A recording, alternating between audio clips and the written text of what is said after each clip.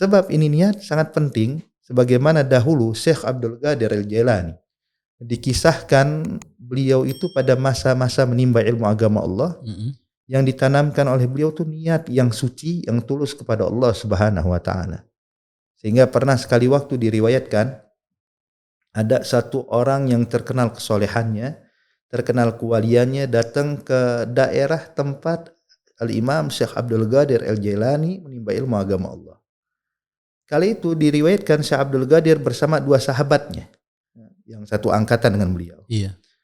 Mendapat kabar ada satu orang soleh, maka semua berangkat. 3 anak muda ini berangkat menghampiri orang soleh tersebut. Tapi yang membedakan mereka adalah niat mereka. Yang pertama, memasang niat karena dia merasa saya udah belajar ilmu banyak, menghafal mutun, menghafal syarah, mengerti daripada hukum-hukum Allah yang disebutkan di dalam kitab. Bahkan dia tahu permasalahan yang rumit di dalam kitab tersebut. Hingga dia pun ingin mengetes apakah benar sang wali ini orang yang alim atau tidak. Sehingga dia dalam benaknya udah memikirkan beberapa pertanyaan yang rumit yang kemungkinan para ulama pun gak sembarangan bisa menjawabnya. Mau ngetes ini benar alim atau tidak. Yang kedua, teman Syekh Abdul Qadir Jailani niatnya adalah cuman untuk melihat benar gak alim, benar gak dia wali, benar gak dia ini soleh. Seperti yang digembar-gemborkan oleh banyak muslimin tentang sosok orang soleh ini.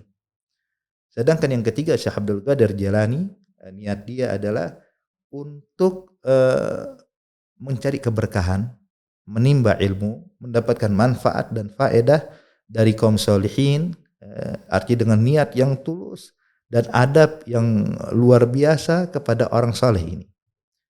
Ketiganya hadir di hadapan orang yang soleh ini. Cuman apa yang membedakan mereka? Yang membedakan mereka adalah niat. Maka saat berjumpa, subhanallah, kita tahu kaum solihin, Allah bukakan mereka hijab sehingga mereka yanzur binurillah. Mereka bisa memandang orang-orang dengan cahaya Allah Subhanahu wa taala, sehingga orang ini berkata kepada ketiga orang pemuda tadi. Yang pertama dia bilang gal amma anta, sedangkan engkau datang kemari ya fulan dengan niat untuk mengetes saya dengan beberapa pertanyaan.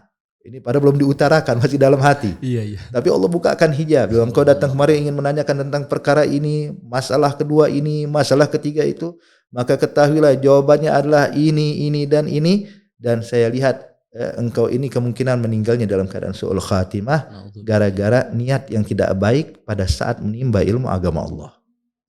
Yang kedua, engkau datang kemari hanya untuk mengetes, untuk melihat saya ini alim atau tidak, saya ini soleh atau tidak. Dan ketahuilah karena niat yang tidak baik ini yang kau miliki, maka saya lihat engkau kemungkinan meninggal nanti dan engkau akan tenggelam dalam urusan dunia sehingga setengah telingamu. Dan engkau ya Abdul Qadir Jailani datang kemari dengan niat yang tulus, niat tawadhu, cari berkah, niat mencari manfaat, maka saya lihat kemungkinan nanti sebelum kau wafat, maka engkau akan diangkat derajatnya ke derajat yang sangat tinggi di sisi Allah dan engkau akan mengatakan gadami fogori gabil aulia, telapak kakiku bakal berada di atas pundaknya para aulia, artinya engkau akan menjadi pemimpin para aulia di zamannya. Jadi niat adalah poin penting yang harus kita ingatkan selalu kepada para santri. Yang kedua, tentunya ilmu bisa diraih itu dengan usaha, sebab lisanul hal daripada ilmu itu mengatakan a'tini kullak wa sawfa a'tika ba'di. Berikan semua yang kau miliki hai pemuda. Serahkan waktumu, serahkan tenagamu, serahkan yang kau miliki semuanya, silahkan. Wa sawfa a'tika ba'di, kemungkinan akan aku berikan sebahagian dariku, kata ilmu. Ini kalau orang udah bersungguh-sungguh, dia tidak akan bisa mendapatkan semua ilmu. Lalu bagaimana kalau orang yang tidak memiliki kesungguhan? Maka di sini perlu ijtihad, ya. Berjid wal ijtihad, kesungguhan. Dan yang ketiga, poin penting yang berikutnya adalah dengan al-istiqamah, mudawamah. Tidak gampang putus asa. Memang kita kalau saat menimba ilmu agama Allah khususnya menghafal dari beberapa mutun yang harus dihafalkan, sebab dinyatakan oleh Imam Abdullah bin Umar Asy-Syatiri mengatakan man hafizal mutun hadzal funun. Orang yang menghafal mutun maka dia bakal menguasai funun, berbagai macam jenis bidang keilmuan.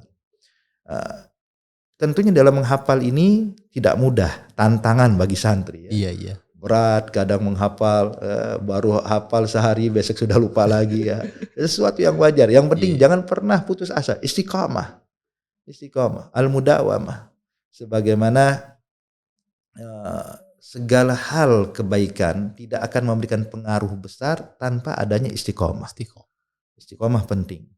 Jadi contoh saat seseorang ingin menebang pohon yang besar, kalau seandainya dikerahkan tenaganya dengan satu kali pukulan, semua tenaga dikerahkan, maka pohon itu nggak bakal rubuh. Yang ada pohon tetap tegar berdiri dan dia akan lelah. Tidak mampu lagi untuk memukul yang kedua kali atau ketiga kalinya. Lama-lama bakal ditinggal. Tapi kalau orang yang ingin menebang pohon tersebut dengan perlahan, dipukul sebelah kanannya, nggak bisa sebelah kanan pindah ke sebelah kiri, terus tapi berulang kali. Itu lama-kelamaan pohon sebesar apapun bakal tumbang. Maka di sini at-ta'sir, pengaruh dalam menimba ilmu agama Allah akan melekat pada seorang murid jikalau dia ini mau istiqamah, capek, lelah, dan kemudian juga yang terakhir Al-Imam Al-Habib Abdullah bin Al-Haddad, seorang ulama besar yang luar biasa keilmuannya. Murid-murid beliau juga luar biasa, di antaranya Imam Allamatud Dunya Imam Abdurrahman bin Abdullah bin Faqih, Al-Habib Ahmad bin Zain Al-Habsyi, dan banyak lagi para aulia salihin. Yang mana Habib Ahmad bin Zain Al-Habsyi itu pengakuan daripada Imam Al-Haddad. Dia katakan, bilang muridku Ahmad bin Zain ini kalau segi keilmuan zahirnya itu kalau dibandingkan dengan Imam Syafi'i setingkat katanya. Ada muridnya. Gimana dengan Imam Al-Haddad ya? Nah, Imam Al-Haddad pernah ngomong, dia berbicara, niltu ma niltu minal ilm laysa bikasratil jidal wala muzahamatir rijal. Innama binkisar fi jawfil lail wa khuluwi qalbi anid dunya. Dia katakan, saya mendapatkan ilmu ini, kata Imam Al-Haddad, bukan dikarenakan banyak berdebat, sering membicarakan tentang ilmu, bukan juga karena muzahamatir rijal, selalu hadir di hadapan para ulama, duduk di hadapan ulama, di mana ada ulama saya duduk, lah, bukan itu. Bukan cuma itu. Tapi kata Imam Al-Haddad, saya dapatkan ilmu ini semuanya binkisar fi jawfil lail, dengan menangisnya saya di tengah malam saat tahajud. Kemudian juga wa bi khuluwi qalbi anid dunya. Saya kosongkan hati saya daripada dunia, maka Allah anugerahkan ilmu yang begitu banyak kepada saya. Nah, ini mungkin beberapa kiat. Iya. Insyaallah bisa nambah keberkahan. Baik Habib, itu sangat luar biasa sekali. Kemudian Habib, kita ingin tahu Habib, bagaimana waktu antum menuntut ilmu dulu. Mungkin ada sedikit sekelumit kisah yang bisa kita ambil ibrah sebagai pelajaran kami di pesantren. Memang terus terang, saat kita menimba ilmu agama Allah, tentunya usaha yang kita kerahkan itu tidak sehebat seperti yang dilakukan oleh para pendahulu-pendahulu kita. Iya.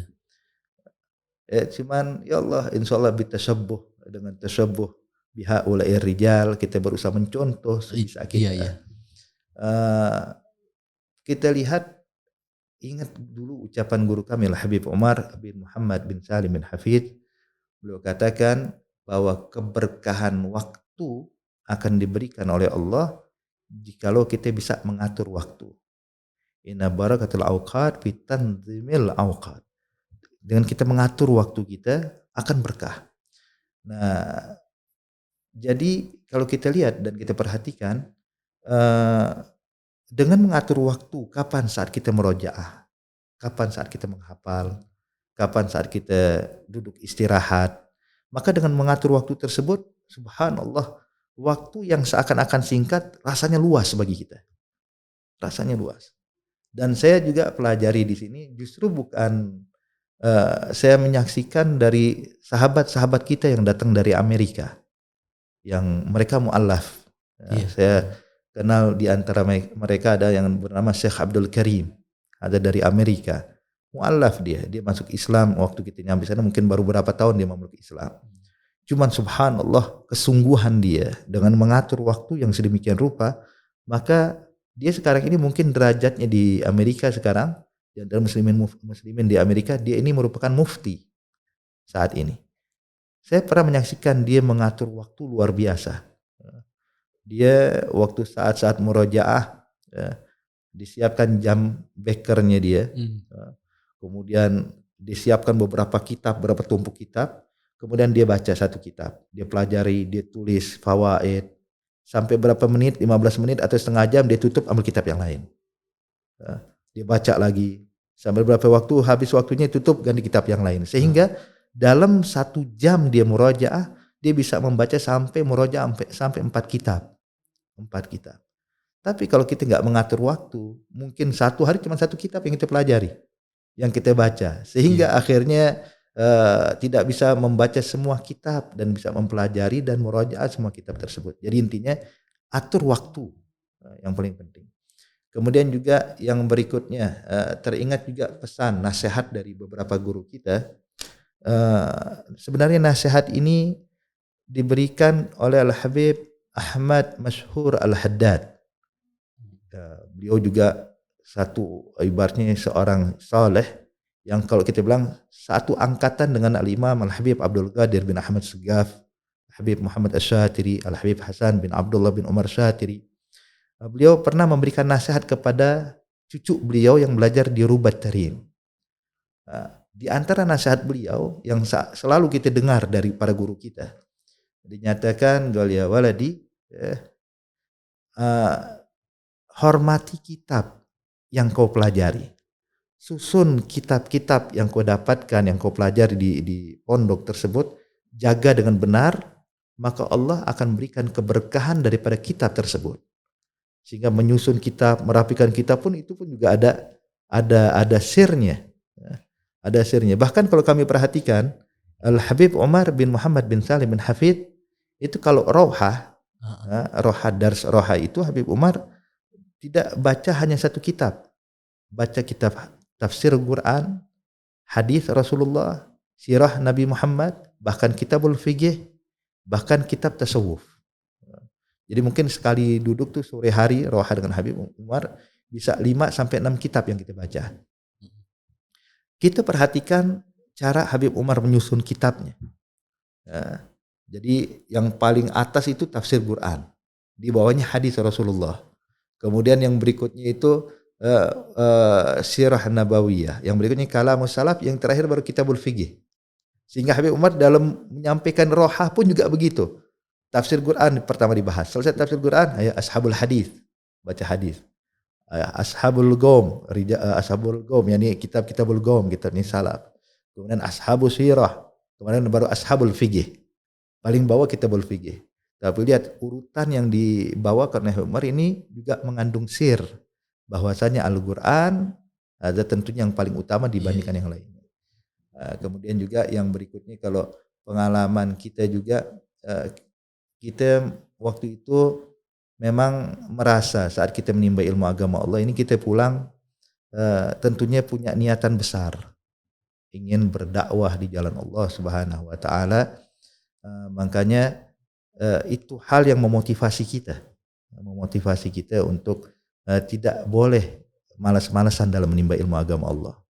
Jadi dorongan tersebut yang membantu kita itu semangat, walaupun lelah, capek, paksa sudah. Bahkan orang-orang pada tidur kita paksakan bangun.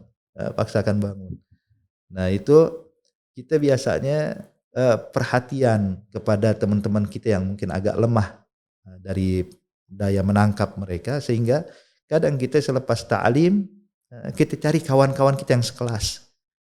Kita tanya, hal fahimtal dars al-yawm? Ente paham enggak pelajaran hari ini? Bang, ada yang kurang paham, khalas murojaah sama saya. Tujuannya juga untuk apa? Biar kita menguatkan pemahaman yang udah kita dapatkan dan juga membantu teman kita untuk bisa memahami pelajaran sebagaimana kita pahami pelajaran tersebut. Jadi dengan seperti itu subhanallah, kita lihat di sana itu waktu murojaah itu enggak ada santri yang bengong. nggak ada santri yang ngobrol. Kita dapatkan ini 2 orang murojaah, ini sampai 5 orang murojaah, ini 7 orang. Jadi hidup semuanya.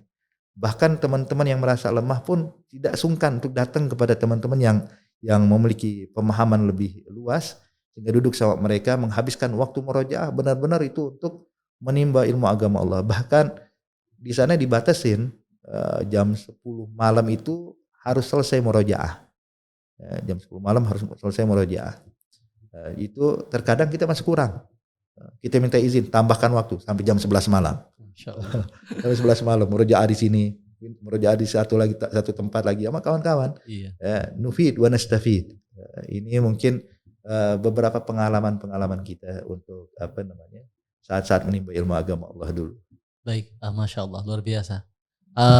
Terima kasih Habib sudah datang di Pondok Pesantren dan mungkin mudah-mudahan bisa berjumpa kembali di lain waktu. Insyaallah, Iya. insyaallah. Ya khair. Assalamualaikum warahmatullahi wabarakatuh. Waalaikumsalam warahmatullahi wabarakatuh.